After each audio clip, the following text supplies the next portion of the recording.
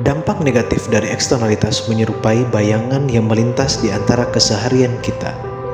Di setiap sudut tersembunyi konsekuensi tak terduga yang mengintai, mempengaruhi tidak hanya individu yang bertanggung jawab, tetapi juga masyarakat secara keseluruhan.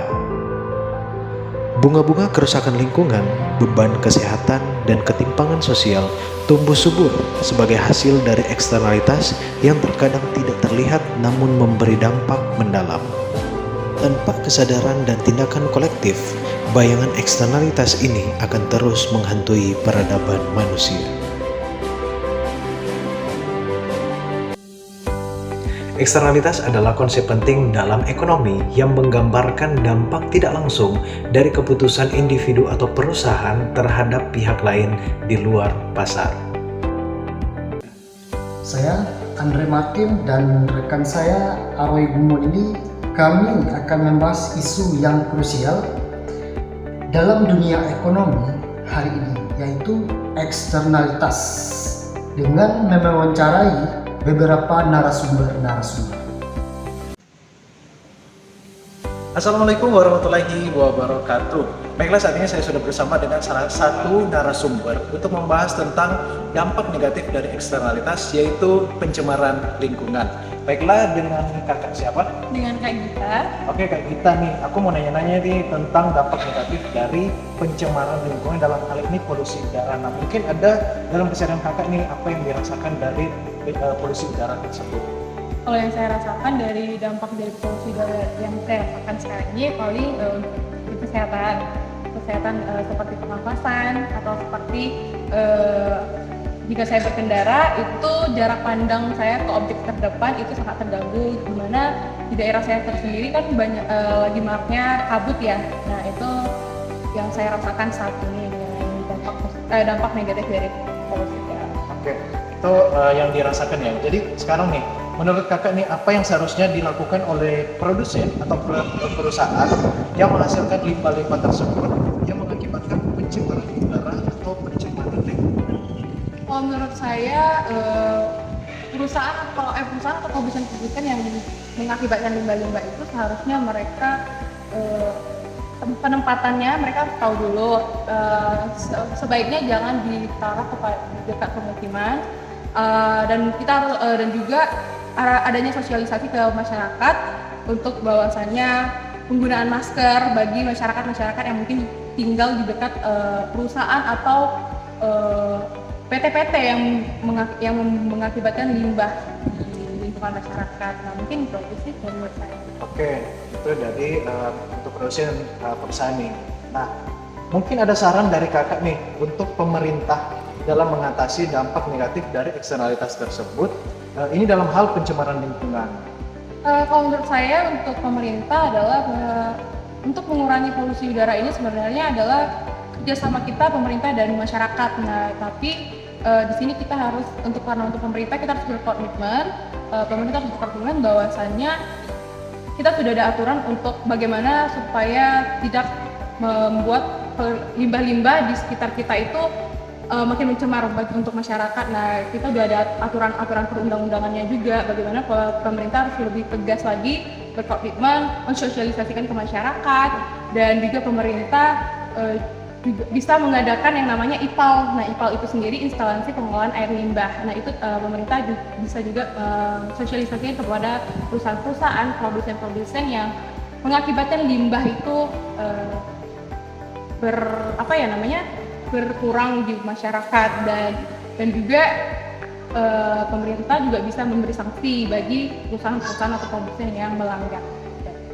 Oke, ini pertanyaan terakhir nih Kak, pertanyaan terakhir. Nah, pendapat kakak nih terhadap dampak positif dari eksternalitas itu sendiri dalam hal memajukan perekonomian Indonesia?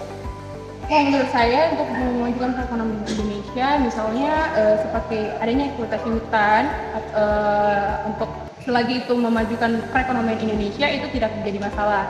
Dan apabila melakukan eksploitasi hutan ini seperti tebang pohon, tapi masih di dalam regulasi pemerintah, peraturan undang-undang pemerintah, itu tidak menjadi masalah. Jadi ya selagi itu meningkatkan pertumbuhan Indonesia dan masih di dalam koridor peraturan perundang-undangan Indonesia, regulasi regulasinya ya tidak digunakan.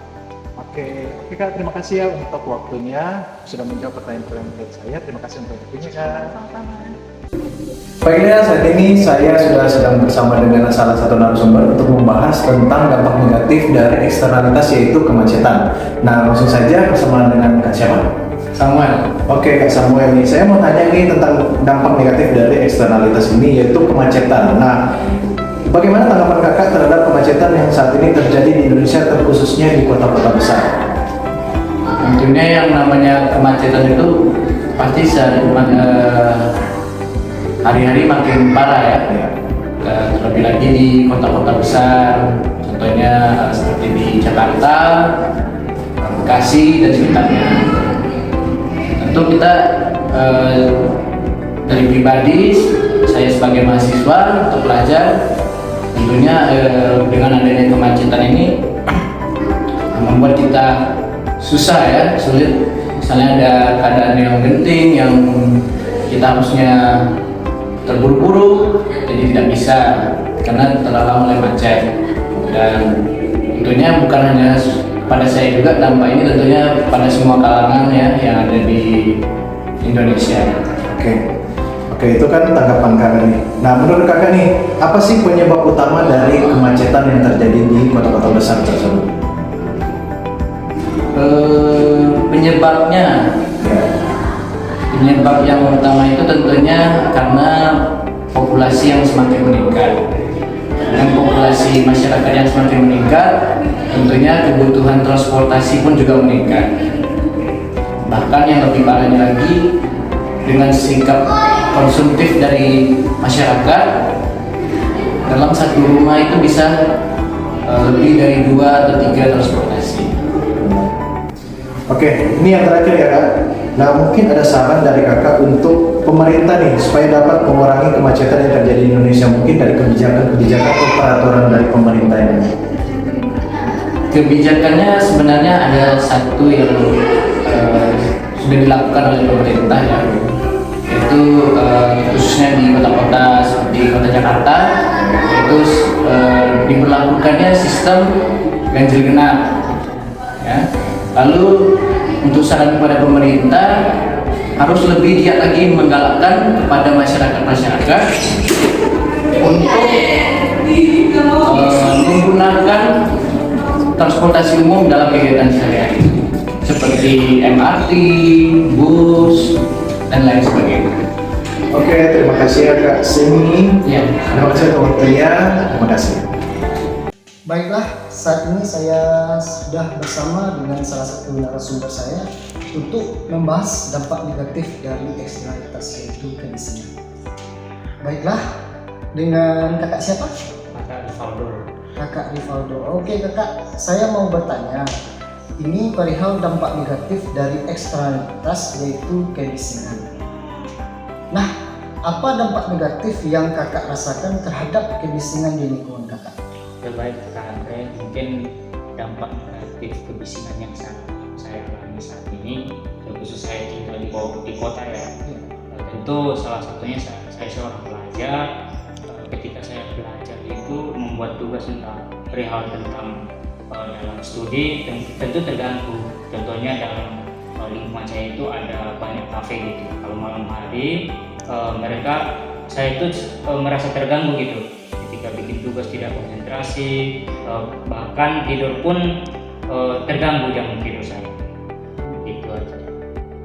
Selanjutnya mungkin ada saran dari kakak untuk pemerintah dalam mengatasi kemiskinan yang terjadi yang sudah melewati lampau batas.